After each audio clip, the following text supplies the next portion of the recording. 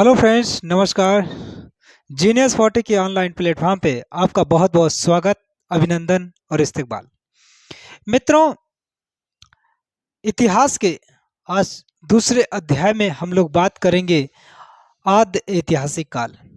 मित्रों, कल के वीडियो में हम लोगों ने प्रागैतिहासिक इतिहास के बारे में, प्रागैतिहासिक काल के बारे में चर्चा किया था। आज हम लोग आद्य ऐतिहासिक काल के बारे में चर्चा करेंगे, जिसका मुख्य टॉपिक होगा सिंधु सभ्यता, एक कांस्य युगीन सभ्यता। आइए मित्रों, शुरू करते हैं आज का सेशन। मित्रों, साथ साथ साथ आप नोट्स, पेपर पेन आप जरूर बनाएं, नोट्स जरूर बनाएं, क्योंकि हमारा ये क्लास एकदम फुल डिटेल में रहता है और इसके बाद हम लोग प्रैक्टिस सेट को भी सॉल्व करते हैं। मित्रों, आद्य ऐतिहासिक काल, इस काल में मानव द्वारा लिखी गई लिपि को पढ़ा नहीं जा सकता। उसका कारण है क्योंकि लिपि चित्रात्मक शैली में लिखी गई है, किंतु इसके कुछ साक्ष्य मिले हैं और इस काल के जानकारी को के जो स्रोत हैं वो पुरातात्विक साक्ष्य ही है। मित्रों, इसके अंतर्गत हम लोग सिंधु सभ्यता को रखते हैं। ठीक है, मुख्य टॉपिक को आप नोट करें, सिंधु सभ्यता, Indus valley civilisation.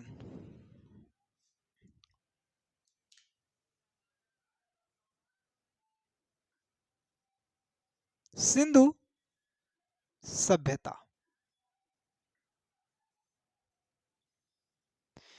Indus valley civilisation.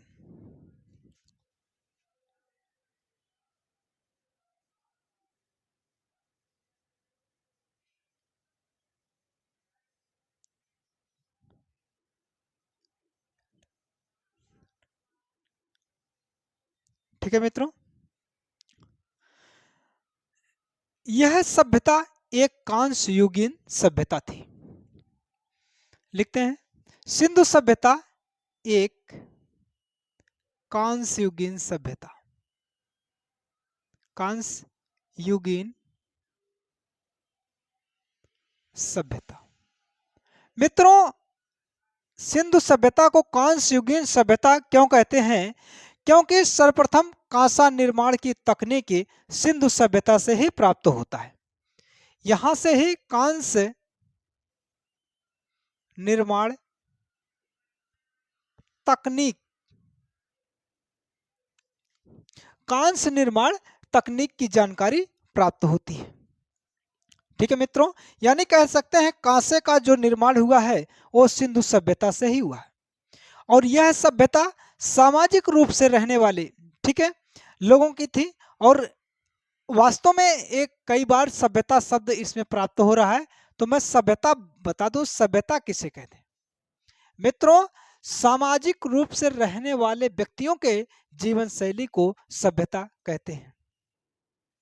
सामाजिक रूप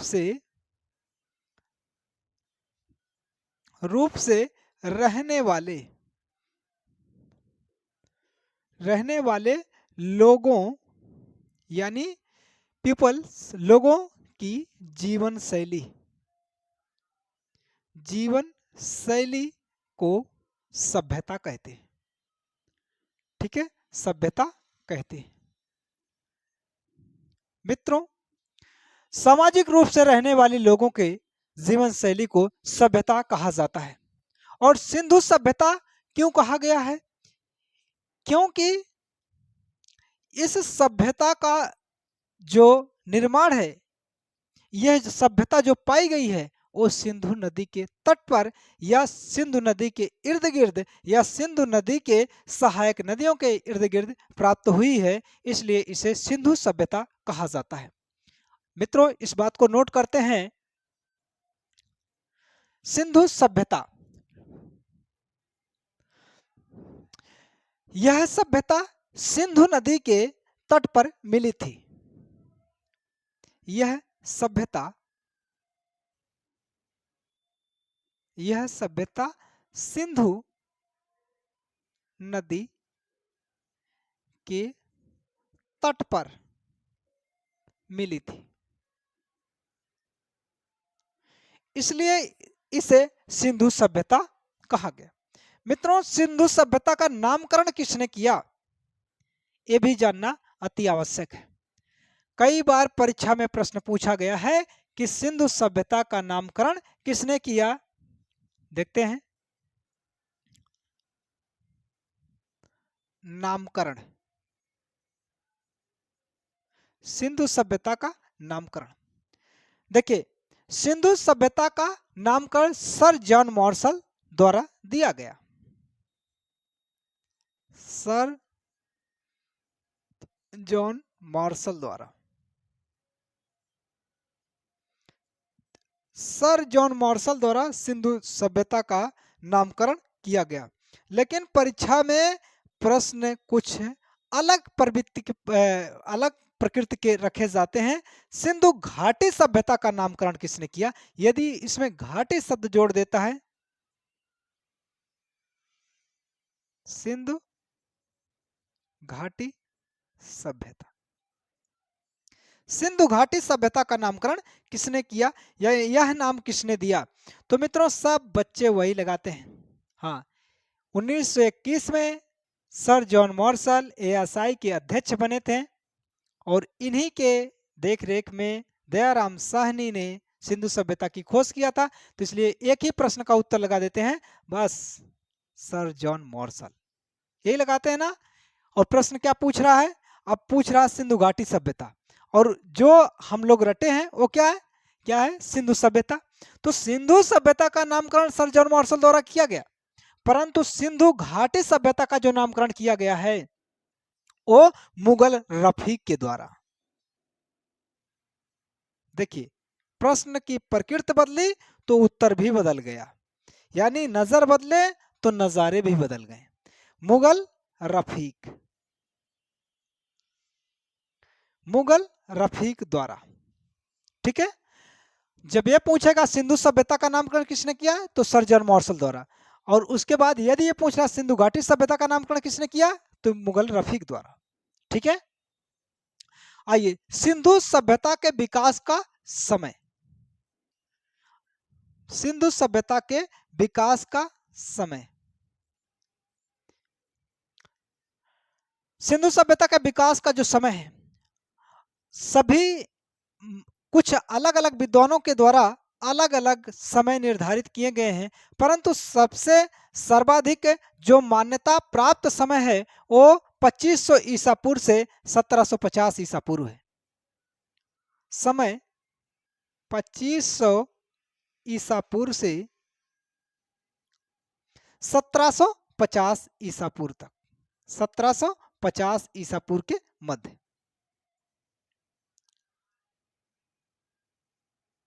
1750 ईसा पूर्व के मध्य, ठीक है। 2500 ईसा पूर्व से 1750 ईसा पूर्व तक का, ठीक है, तक ये इसका समय था, ठीक है। और इसका आकार, सिंधु सभ्यता का जो आकार है, आकार भी पूछा जा सकता है कि वर्गाकार, त्रिभुजाकार, आयताकार, गोलाकार। ऐसे प्रश्न के यदि उत्तर ऐसे आपको ऑप्शन दिए जाएं तो मित्रों चूज किसको करना, त्रिभुजाकार को। सिंधु सभ्यता का आकार है त्रिभुजाकार, त्रिभुजाकार, ठीक है। स्टूडेंट्स, यदि आपसे पूछ लिया जाए कि इसका क्षेत्रफल कितना है, तो आप कहेंगे 13 लाख वर्ग किलोमीटर। इसका कुल क्षेत्रफल, सिंधु सभ्यता का कुल क्षेत्रफल 13 लाख 13 लाख वर्ग किलोमीटर, 13 लाख वर्ग किलोमीटर है। और कुल स्थलों की संख्या, संपूर्ण स्थल, सिंधु सभ्यता के अंतर्गत आने वाले संपूर्ण स्थलों की संख्या कितनी है, 350 स्थल है, 350, 350 स्थल, संपूर्ण स्थलों की संख्या 350 है। परंतु सबसे ज्यादा स्थल, सर्वाधिक स्थल, सर्वाधिक स्थल गुजरात में। मित्रों, सर्वाधिक स्थल गुजरात में, कहाँ? गुजरात में। अगर गुजरात में सिंधु सभ्यता के स्थलों की बात करें तो 200 से ज्यादा स्थल, यानी 200 प्लस स्थल कहां पर? गुजरात में। ठीक है, देखिए सिंधु सभ्यता के अंतर्गत संपूर्ण स्थलों की संख्या 350 स्थल हैं, लेकिन सर्वाधिक स्थल जो 200 स्थल हैं वो गुजरात में पाए गए। ठीक है, और दूसरी बात करें सिंधु सभ्यता, सिंधु सभ्यता की शैली जो है वो नगरीय सभ्यता। कैसे? नगरीय सभ्यता, शैली या प्रकार एक नगरीय सभ्यता। कैसी है? एक नगरीय सभ्यता है। मित्रों, यह पहली भारतीय नगरीय सभ्यता थी, और जबकि विश्व की पहली सभ्यता, पहली सभ्यता वो कौन सी है? मेसोपोटामिया की सभ्यता। ठीक है, मैं थोड़ा सा 2 पॉइंट लिखूंगा यहां पर। देखिए, विश्व की पहली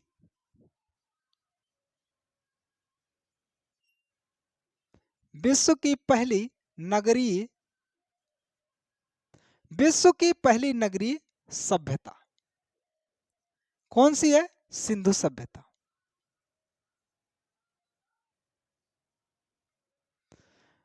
विश्व की पहली नगरीय सभ्यता सिंधु सभ्यता है, जबकि विश्व की पहली सभ्यता,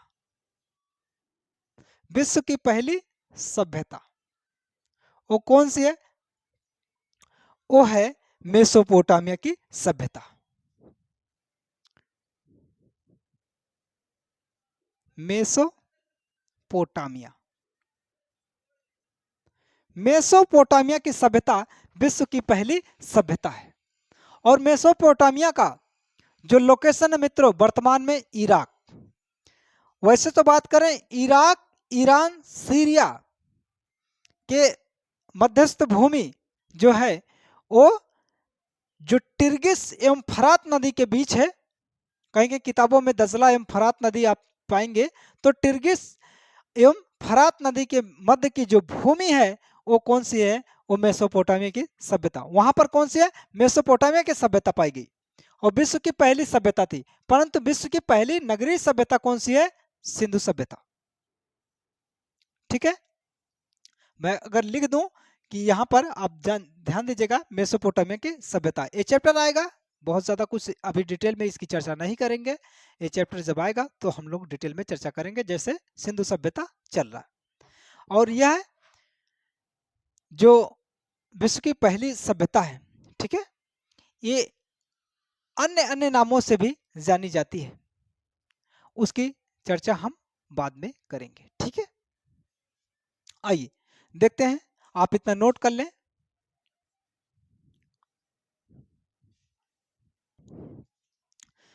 देखिए, सिंधु सभ्यता के बारे में सर्वप्रथम जानकारी,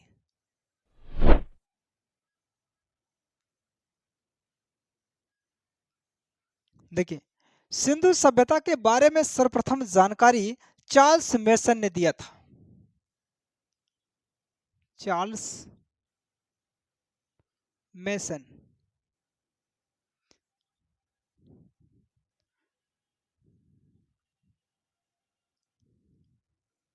मेसन द्वारा, चार्ल्स मेसन द्वारा 1826 में 1826 में चार्ल्स मेसन ने सर्वप्रथम सिंधु सभ्यता के बारे में अवगत कराया था, इसकी जानकारी दिया था, लेकिन किसी भी प्रकार का इस पर अभी शोध नहीं हुआ। मित्रों, एक समय आता है लॉर्ड डलहौजी का कार्यकाल, जब भारत में रेलवे लाइन बिछाई जा रही थी। तो ध्यान दीजिए, दूसरी पॉइंट में ये बात को समझिएगा। 1853 से 1856 के मध्य कराची से लाहौर रेलवे लाइन बिछाते समय कनिंघम एवं बर्टन बंधु ने सिंधु सभ्यता के बारे में बताया। आप नोट करते चलेंगे 1853 से 1856 के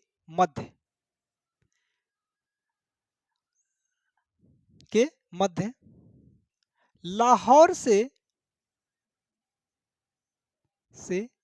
कराची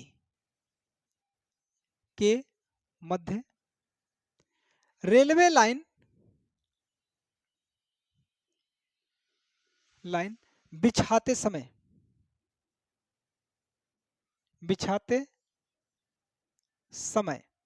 रेलवे लाइन बिछाते समय जेम्स कनिंघम, ध्यान दीजिएगा, जेम्स कनिंघम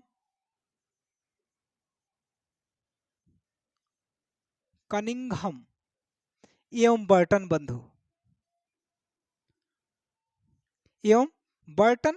बंधु ने सिंधु सभ्यता के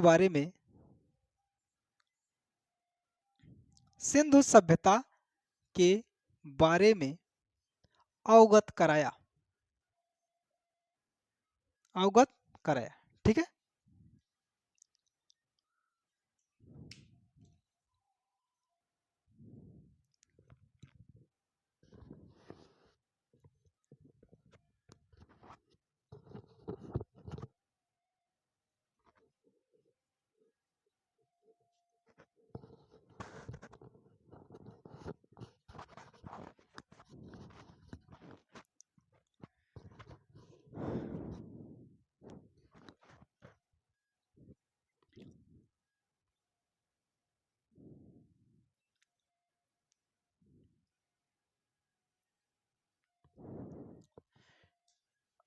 आइए सेकंड पॉइंट,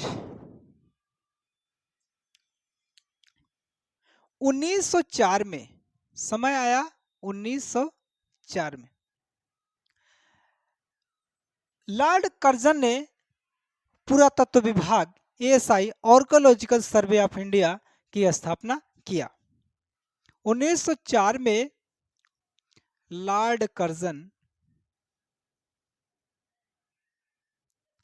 कर्जन ने पुरातत्व विभाग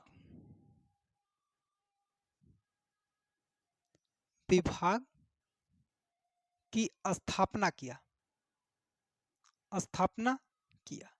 समझते चलेंगे मित्रों एक एक बात को। 1904 में लॉर्ड कर्जन ने पुरातत्व विभाग की स्थापना किया और 1921 में यही लॉर्ड कर्जन के द्वारा जो पुरातत्व विभाग बना है उसमें ASI archaeological survey of India के जो चेयरमैन बनाए गए, हालांकि 1921 से पहले बनाए गए थे, लेकिन मेन रोल जो दिखाई देता है 1921 में। 1921 में सर जॉन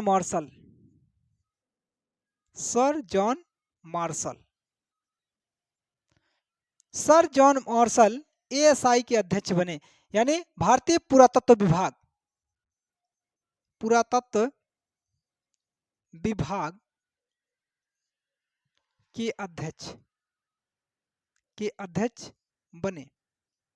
और इनकी अध्यक्षता में, सर जॉन मार्शल की अध्यक्षता में दयाराम साहनी द्वारा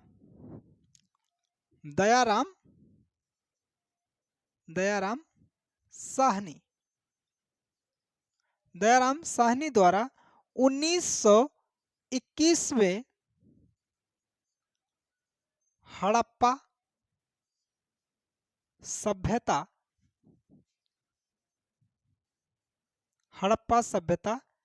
की खोज किए। ठीक है। दयाराम साहनी के द्वारा 1921 में हड़प्पा सभ्यता की खोज हुई। ठीक है। और हड़प्पा सभ्यता सिंधु सभ्यता की पहली पुरातात्विक साक्ष्य थे। हड़प्पा सभ्यता सिंधु सभ्यता की पहला स्थल था, इसलिए संपूर्ण सिंधु सभ्यता को हड़प्पा सभ्यता भी कहते हैं। कभी कभी यह प्रश्न पूछ लिया जाता है मित्रों, सिंधु सभ्यता का दूसरा नाम क्या है? तो क्या है? हड़प्पा सभ्यता है। उसका रीजन है, उसका कारण है कि सिंधु सभ्यता के अंतर्गत खोजे जाने वाली प्रथम जो सभ्यता है, प्रथम जो स्थल है वो कौन सा है? वो हड़प्पा सभ्यता है। ठीक है, आइए नेक्स्ट पॉइंट पे हम आते हैं, हड़प्पा सभ्यता। अब हम सिंधु सभ्यता को हड़प्पा सभ्यता भी कह सकते हैं। तो हड़प्पा सभ्यता या सिंधु सभ्यता का भौगोलिक विस्तार।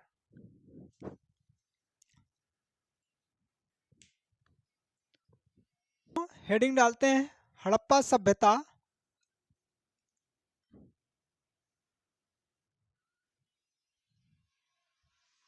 या सिंधु सभ्यता का भौगोलिक विस्तार। भौगोलिक विस्तार, इसके अंतर्गत सबसे उत्तरी और सबसे दक्षिणी, सबसे पूर्वी और सबसे पश्चिमी का प्रश्न बनता है।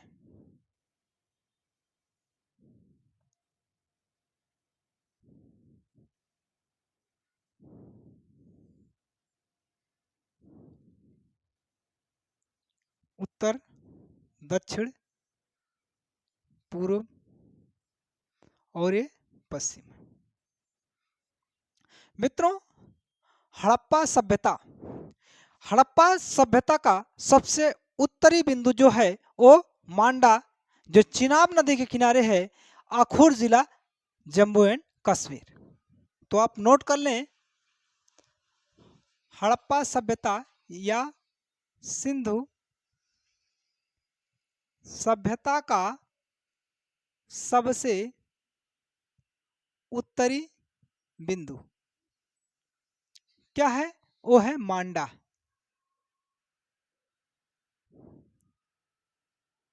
चिनाब नदी, आप पॉइंट को नोट कर लें, चिनाब नदी अखनूर जिला, जम्मू एंड कश्मीर, जम्मू एंड कश्मीर। ठीक है, और नीचे देखते हैं, लिखेंगे सिंधु सभ्यता या हड़प्पा सभ्यता का सबसे दक्षिणी बिंदु। सबसे दक्षिणी बिंदु मित्रों क्या है? दैमाबाद। दैमाबाद, दैमाबाद पड़ेगा महाराष्ट्र में। परवरा नदी, परवरा नदी के निकट, परवरा नदी मित्रों ये आपके गोदावरी नदी की एक सहायक नदी है। परवरा नदी अहमदनगर,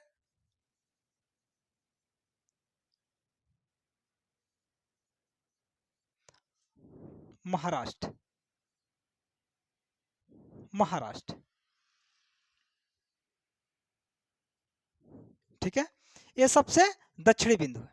अहमदनगर जिला महाराष्ट्र का, ये परवरा नदी के किनारे दैमाबाद सिंधु सभ्यता का सबसे दक्षिणी बिंदु था।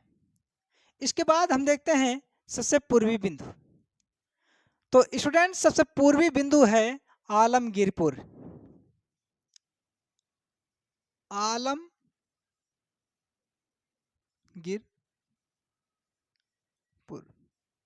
आलमगीरपुर ये हिंडन नदी,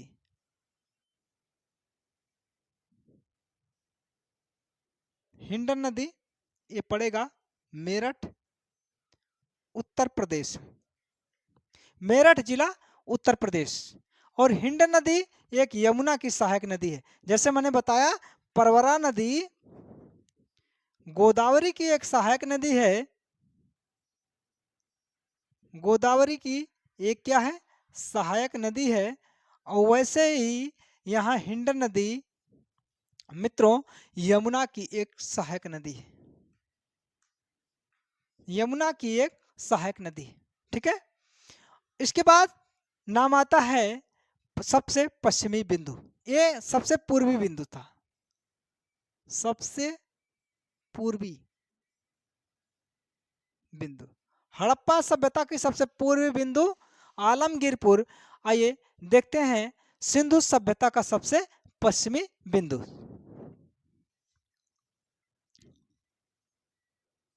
सिंधु सभ्यता का सबसे पश्चिमी बिंदु, सबसे पश्चिमी बिंदु है मित्रों 10 सूतकांगेडोर। सूतकांगेडोर, ये 10 का नदी किस नदी के किनारे है मित्रों? 10 का नदी, और स्थान पड़ेगा बलूचिस्तान। एक समय था हिंदुस्तान का हिस्सा था बलूचिस्तान, पाकिस्तान। पाकिस्तान, ठीक है। देखिए सिंधु सभ्यता का सबसे उत्तरी बिंदु मांडा, चीनाब नदी, अखनूर जिला, जम्मू एंड कश्मीर। और सिंधु नदी का सबसे दक्षिणी बिंदु क्या है? दैमाबाद है। परवरा नदी जो गोदावरी की एक सहायक नदी, अहमदनगर, महाराष्ट्र। जबकि सबसे पूर्वी बिंदु क्या है? आलमगीरपुर, हिंडन नदी, मेरठ जिला, उत्तर प्रदेश। ठीक है, और हिंडन नदी यमुना नदी की एक सहायक नदी है। और सिंधु सभ्यता का सबसे पश्चिमी बिंदु है मित्रों सूतकांगेडोर, जो 10 का नदी बलूचिस्तान, 10 का नदी के किनारे बलूचिस्तान पाकिस्तान में पड़ता है। ठीक है मित्रों, अब हम देखते हैं कि हड़प्पा सभ्यता है क्या चीज है। हड़प्पा सभ्यता के पूरा स्थल, एक एक हड़प्पा सभ्यता के अंतर्गत खोजे गए प्रमुख स्थल जो परीक्षा के विषय बनते हैं, और उन्हीं को हम पढ़ेंगे जो सर्वाधिक महत्वपूर्ण है। आप इसे नोट कर लें या स्क्रीनशॉट ले सकते हैं। देखिए हड़प्पा सभ्यता, सिंधु सभ्यता से संबंधित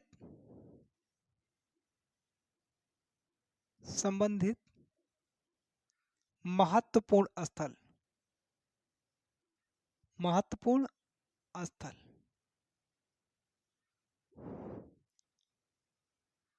ठीक है, पहला स्थल हम लोग लिखते हैं हड़प्पा। पहला स्थल कौन सा? हड़प्पा सभ्यता।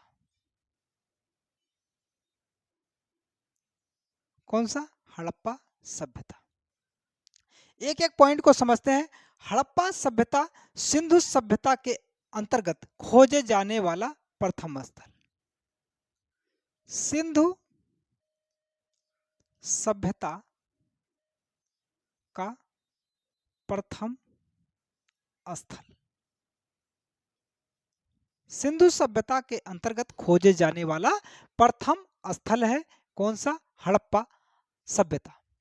और उत्खनन वर्ष और उत्खननकर्ता और वर्तमान में लोकेशन, ये बहुत ही इंपॉर्टेंट प्रश्न होते हैं। ठीक है मित्रों, इसका उत्खनन वर्ष या उत्खनन समय 1921 में, 1921 ईस्वी में हुआ है। और इसमें एक प्रश्न बन सकता है कि उत्खननकर्ता,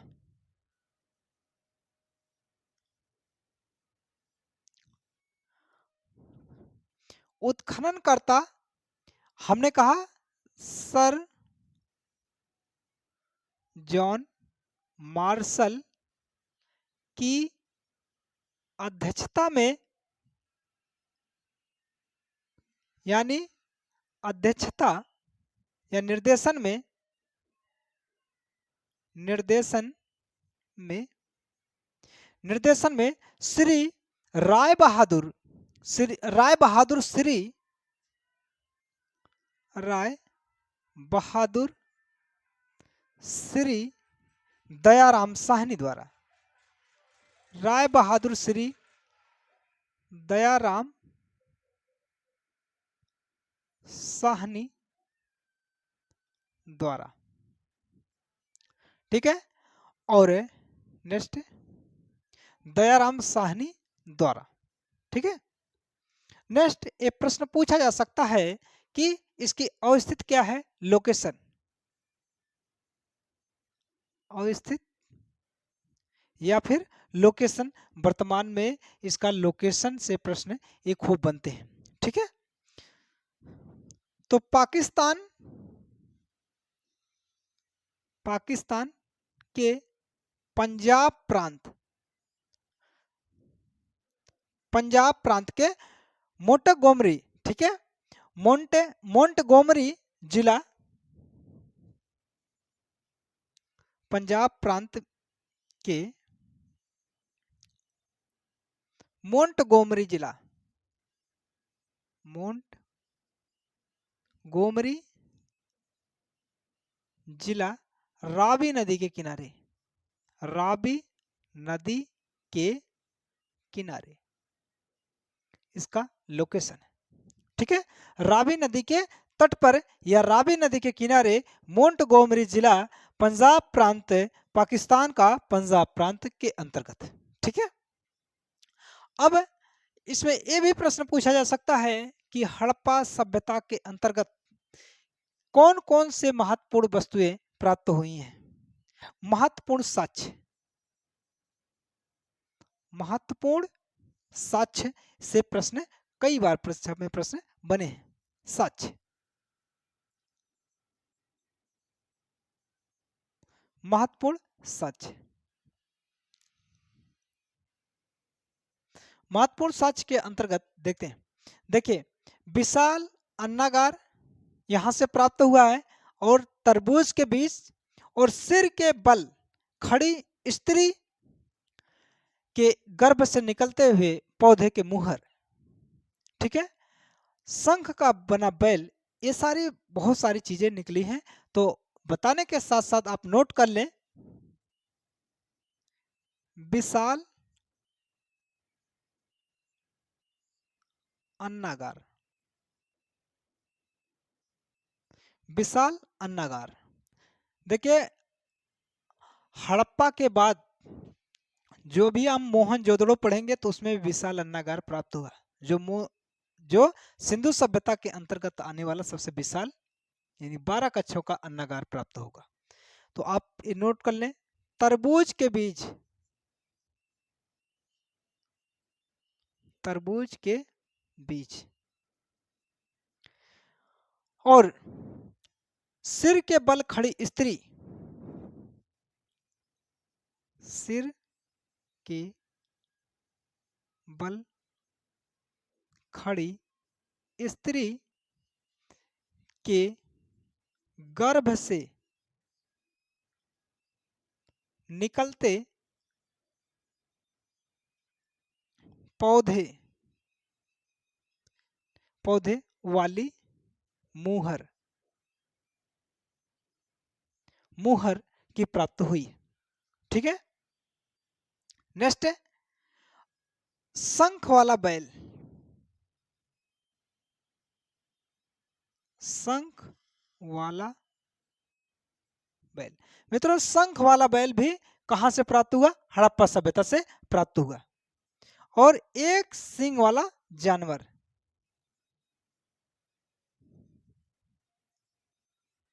एक सींग वाला जानवर, एक सींग वाला जानवर भी हड़प्पा सभ्यता से प्राप्त हुआ, इसके अवशेष प्राप्त हुए। ठीक है। और हाथी का कपाल,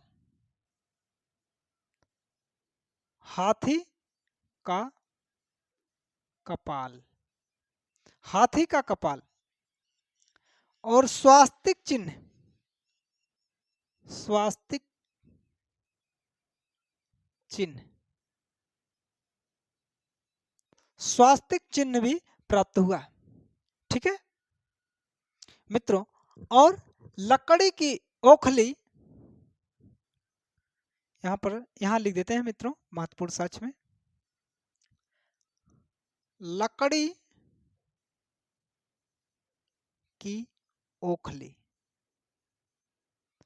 लकड़ी की ओखली और लकड़ी का ताबूत, लकड़ी का ताबूत, लकड़ी का ताबूत भी प्राप्त हुआ है। और मित्रों एक बात और है, स्टूडेंट्स एक बात और समझे, चांदी की जानकारी इनको थी, लोहे की जानकारी नहीं थी, चांदी की जानकारी थी। ठीक है, तो एक यहां पर लिख दें, चांदी का सर्वप्रथम प्रयोग हड़प्पा सभ्यता के लोगों ने ही किए थे। चांदी, चांदी का प्रयोग सर्वप्रथम हड़प्पा सभ्यता के लोग, सभ्यता के लोगों ने प्रयोग किया, प्रयोग किया था। ठीक है, ये बात किसकी हुई? ये बात हुई हड़प्पा सभ्यता की, एक स्थल। आप इसे नोट कर लें। इसके बाद हम देखते हैं दूसरा स्थल, मोहनजोदड़ो। मोहनजोदड़ो,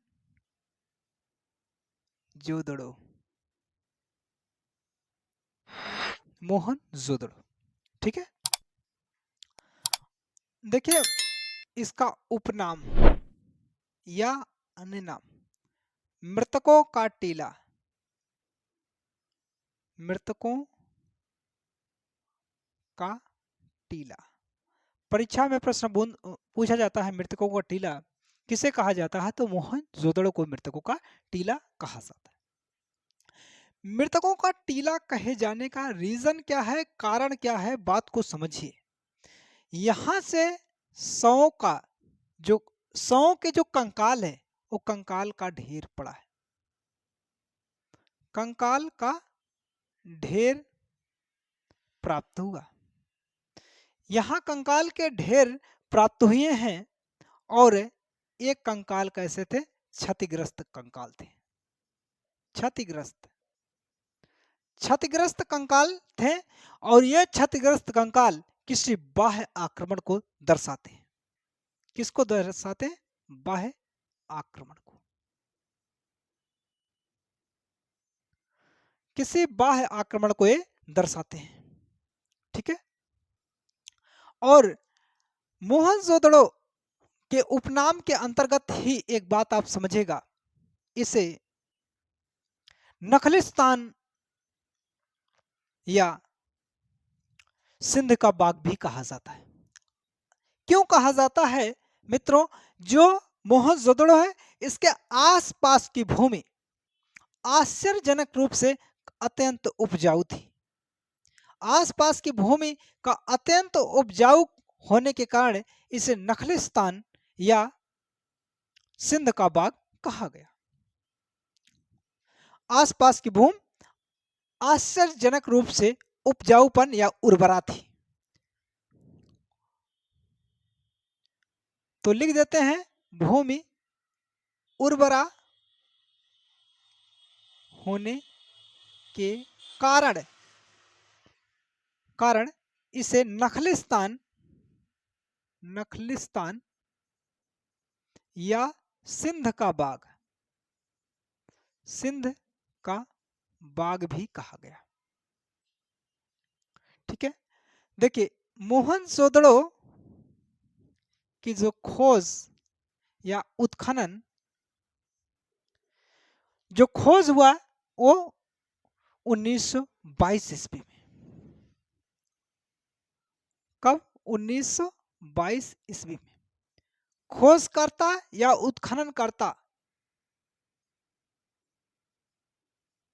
खोजकर्ता या उत्खननकर्ता राखाल दास बनर्जी, राखाल दास बनर्जी, आर.डी. बनर्जी, राखाल दास बनर्जी ने ये इसके उत्खनन करता है।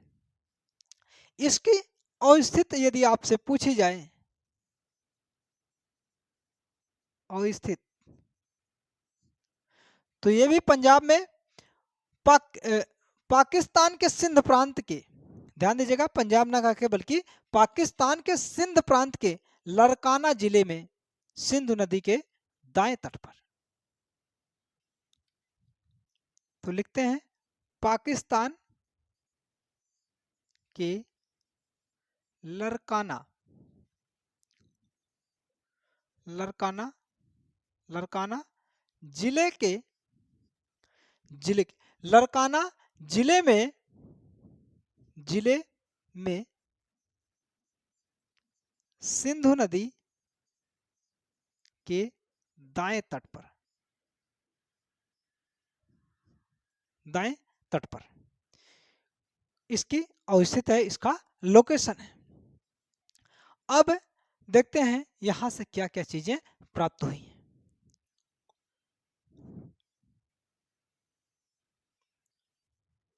प्राप्त साक्ष्य प्राप्त साक्ष्य के अंतर्गत मित्रों विशाल अन्नागार, विशाल अन्नागार और यह विशाल अन्नागार हमारे सिंधु सभ्यता की सबसे बड़ी इमारत थी। सिंधु सभ्यता की सबसे बड़ी इमारत, सबसे बड़ी इमारत, सबसे बड़ी इमारत, ठीक है। और सूती वस्त्रों के साक्ष्य,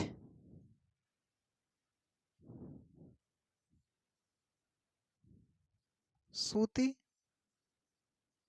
वस्त्रों के साक्ष्य, विशाल स्नानागार भी यहां से प्राप्त हुआ, ठीक है। और मेसोपोटामियाई मूल के बेलनाकार मोहरे भी प्राप्त हुई हैं। विशाल स्नानागार, मेसोपोटामियाई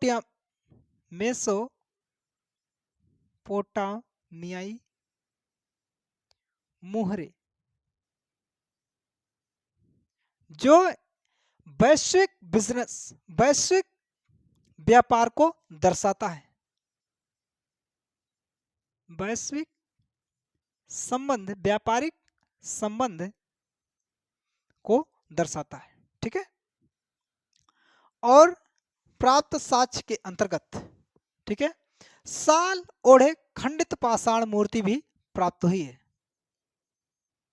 साल ओढ़े खंडित पाषाण मूर्ति, खंडित पाषाण मूर्ति भी प्राप्त हुई है। और सभागार, विशाल सभागार प्राप्त हुआ। और सामान्य से अधिक चौड़ी सड़कें, चौड़ी पक्की सड़कें के साक्ष्य प्राप्त हुए। और तांबे का ढेर, तांबे का ढेर प्राप्त हुआ। और घर में कुआं, घर में कुआं तथा स्वास्तिक मुहरे, स्वास्तिक मुहरे भी प्राप्त हुआ है, ठीक है मित्रों। और अगर मैं बात करूं तो पुरोहितों के आवास भी प्राप्त हुए हैं, ठीक है। तथा कुछ ऐसे मुहरे प्राप्त हुई हैं जिस पर एक से अधिक जानवरों के चित्रांकन भी हुए हैं, जिसमें बाघ, भैंसा, गैंडा, हाथी इत्यादि का अंकन भी हुआ है, जिसको पशुपत शिव की मूर्ति वाली मुहर भी कहते हैं। तो यह प्रश्न बन चुका है, पशुपत शिव की मूर्ति कहां से प्राप्त हुई? तो मोहनजोदड़ो से। पशुपति शिव की मूर्ति यहां से प्राप्त हुई है, जो इनके सांस्कृतिक जीवन के साथ साथ धार्मिक जीवन को भी दर्शाते हैं। ठीक है, आप इसे नोट कर लें। अब हम देखते हैं दूसरा पुरा स्थल, तो तीसरा पुरा स्थल। ठीक है, जैसे हम लोगों ने हड़प्पा सभ्यता देखा, मोहनजोदड़ो दूसरा पुरा स्थल देखा, अब तीसरा हम लोग चनहुदड़ो को देखते हैं।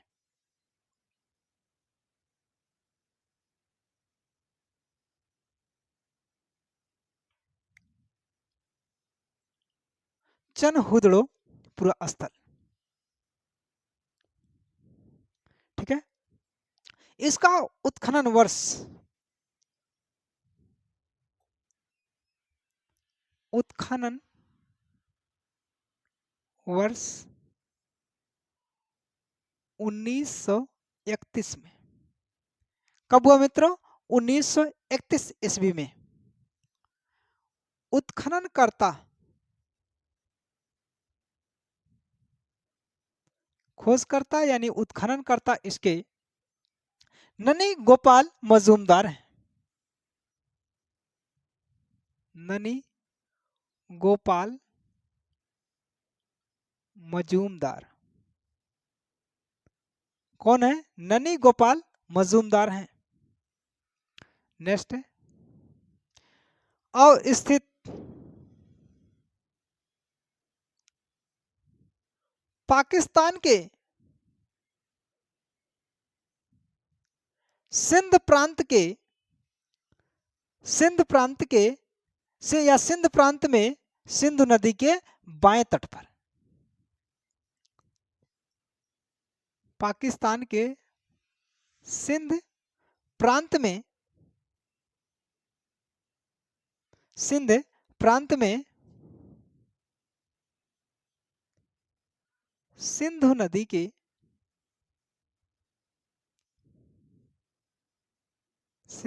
के बाएं तट पर। ध्यान दीजिएगा मित्रों, ये बाएं तट पर स्थित है, सिंधु नदी के बाएं तट पर।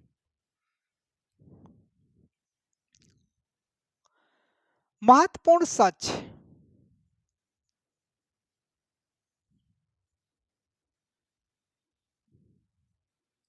महत्वपूर्ण साक्ष्य मित्रों, महत्वपूर्ण साक्ष्य में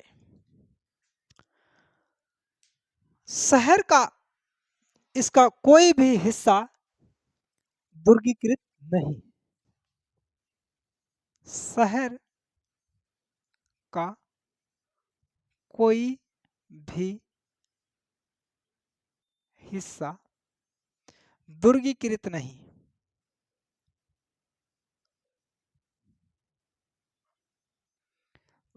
दुर्गीकृत नहीं।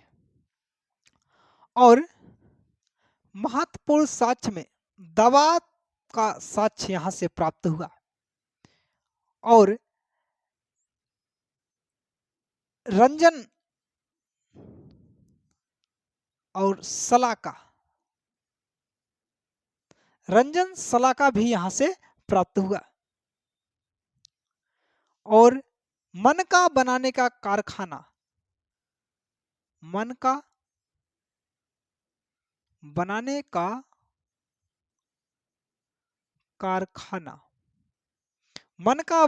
कारखाना भी प्राप्त हुआ है। अलंकृत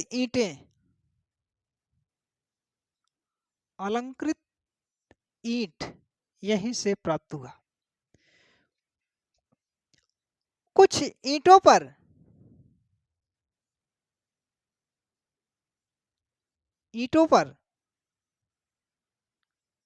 बिल्ली का पीछा करते हुए कुत्ते के पदचिन्ह, यानी कुत्ते एवं बिल्ली के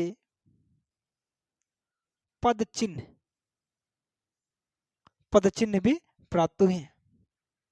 और यहीं से गुड़िया का साक्ष्य भी प्राप्त हुआ है।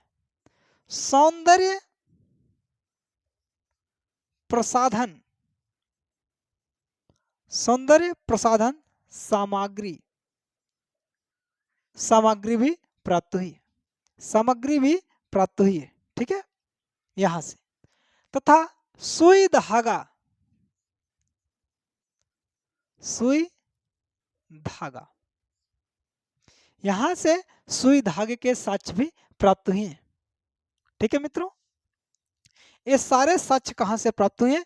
चिन्ह से प्राप्त हुए हैं, जिसकी खोज, जिसका उत्खनन 1931 में ननी गोपाल मजूमदार के द्वारा हुई थी, ठीक है मित्रों। आज के लिए बस इतना ही। सिंधु सभ्यता एक कांस्ययुगीन सभ्यता के बारे में भाग 2 के अंतर्गत हम करेंगे, बचे हुए शेष पूरा स्थल के, ठीक है मित्रों। आज के लिए इतना ही। यदि हमारी वीडियो पसंद आई, हमारा मेहनत आपको पसंद आ रहा है, तो आप वीडियो को लाइक जरूर कीजिए। वीडियो को आप लाइक करें, शेयर और कमेंट करें तथा हमारे चैनल को जरूर सब्सक्राइब करें। मिलते हैं कल एक दूसरे वीडियो में इतिहास के। तब तक के लिए धन्यवाद, नमस्कार।